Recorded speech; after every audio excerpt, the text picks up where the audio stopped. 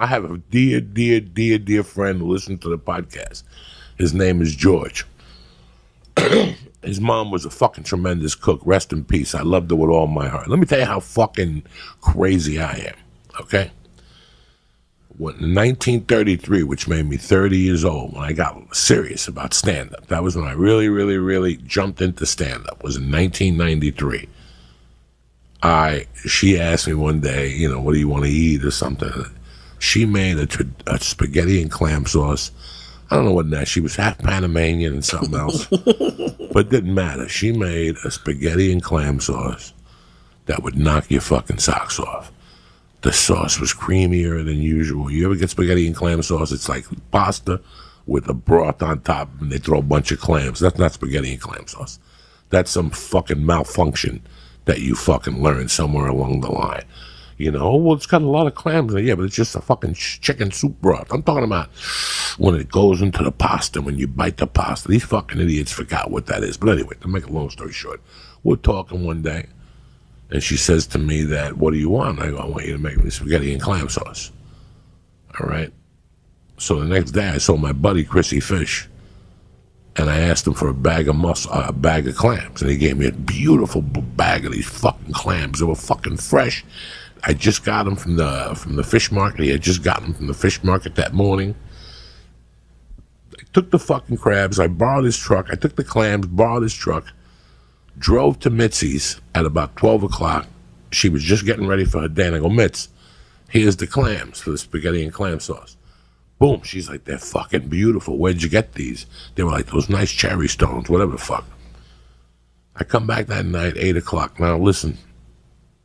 I'm the type of dude that once you tell me you're making something, that's all I'm thinking about all day.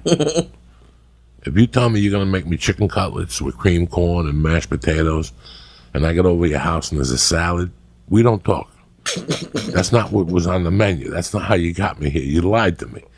I'll eat the chicken cutlets and I'll eat the salad, but now I got to put you on the to-watch list like you're a fucking terrorist, because you fucked with my emotions. All day I was thinking about those mashed potatoes and the fucking cranberry juice with the seltzer in it, you know what I'm saying? Then you have like fucking Diet Coke. I need this. What happened to the cranberry juice with the seltzer? Anyway, to make a long story short, I get to fucking Mitzi's house at 8 o'clock. I stop. I got off the bus and walked like a mile to get an extra piece of nice bread. I get to a house. I go, Mitz. And George was there. I don't know if George was there. Grandma was there. I go, Mitz, what's up? She goes, I'm in the back. Help yourself. It's beautiful. Now, when I walked in, I smelt this weird odor, right? I smelt this odor that I knew I did not like, but it didn't matter because I was there for the spaghetti and clam sauce. When I opened the pot to the spaghetti and clam sauce, the odor hit me in my face, and the thing was like green. I slammed the thing down. She came in. She's like, you going to get a plate? I go, Mitz, what is this? And she goes, that's spaghetti and clam sauce. But I tried a new recipe. I put curry in it. I fucking took my hat, put it on, and I walked out of there. And I didn't talk to her for probably 2 years after that. That's how serious I am, that she insulted me that dearly. A couple of years before that, I went to Thanksgiving at some fucking bitch's house over here. Some skinny little white bitch here in L.A. She was a casting director. Thanksgiving at 9 o'clock. Who has Thanksgiving at 9 o'clock at night? So all day long you got to sit there and eat crackers by yourself. I knew there was a rat, but I had agreed to it, and all my friends were going to go up there, so I went with these fucking morons. My wife was my girlfriend at the time. We had been dating for about 2 years. She advised me not to do it. So let's have Thanksgiving in the house. Me, I was trying to be Johnny Nice Guy. I get up there, and she served those potatoes that come from a box. You know, those mashed potatoes. Instant mashed potatoes, yeah. When I see instant mashed potatoes, I think of prison. And I think of Papillon. I think of bad situations in my life. Because I grew up, I'm 56 years old, and I can tell you that seriously, I don't know anybody who ever used boxed mashed potatoes. They're so easy to make. Why would you? Listen. Just shut up. No, I'm saying regular mashed potatoes are easy to make. Oh, sorry. Then. Oh, no. I think you're going to tell me that. No, I'm not that lazy. Like, I'm not going to fucking talk to you. Like, if you use mashed potatoes out of a box, I can't come over to your house. I really can't. It's just a lack of respect. Like, you can't put a potato and boil it and chop it up. Even fucking Mortadella over here just said it's easy to make mashed potatoes. A little sour cream, a little milk. Even me, that's the worst cook in the world, I could put together mashed potatoes. Let me tell you something. And then she stuffed the turkey. No, it didn't end there. It didn't end there. Like, my blood pressure didn't fucking go over 2,000 over. And this is how many years ago? 20 years ago? This had to be 15 fucking years ago. Okay. She was dating a guy named Vinny, a real fucking loser. And I was planning on robbing Vinny. Vinny had owed the government money, and he was stashing 200 large in the trunk of his car and drive around with it. Oh, no. And this girl was flapping her mouth telling people, and she didn't know I was ready to take this guy out. He just had a secured gate. I had to figure out how to get to the secure gate and hide. And then I would call her. She'd come down with him, and I'd clock him in the head. But she's a nice kid. She's from Texas. You know, she was like a Jersey girl. I could set him up, and we'd split the money. Because what the guy wasn't going to say nothing. Another guy weighed 80 pounds, and that's if he had 2 rocks in his pocket. I swear to God, this is how broke I was at the time. She told me one day, she's like, he has a lot of money because he owes the IRS money. So he keeps it in the trunk of his car. I'm like, that's all I needed to know. I'm surprised I walked over there a couple of nights and cased it out. He parked his car right next to the fucking sliding gate, too. So all I had to do was wait for the gate to open, slide, and hide under the car. I was a little fat at the time. So if I got under the fucking car, I would have tipped it over like it happened. It would have been fucking on 2 legs. So I would have to hide behind the car with a pipe and hit him and make sure there was no cameras and dress in black. And then I couldn't put my wife in on it, so that means I had to walk. I couldn't borrow her car. You really thought this whole thing out? Oh, yeah. No. This is what people like me do. So They lived, you know when you make, they lived on Orange between Hollywood Boulevard and Franklin.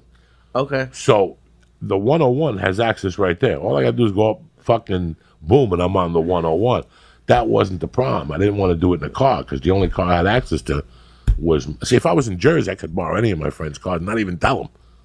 Right. Let them get a call and let them get surprised, and they get mad at me, and then it all goes away because it wasn't them. I would switch the plates and get a different plate and borrow their car. Oh, and shit. I thought about doing the same thing with my wife. It takes you 10 minutes to steal plates from you. You know how many packages they stole from your house? Yeah. You can steal plates from the fucking parking garage. Oh, Nobody sure. would ever know. Just steal 2 plates, put them on your fucking car, because you're only going around the corner. So you drive side streets, but it was Terry's car, and it was in her name, and she didn't need the fucking dough. So I just figured, since they only lived about a mile from my house, it was even easier.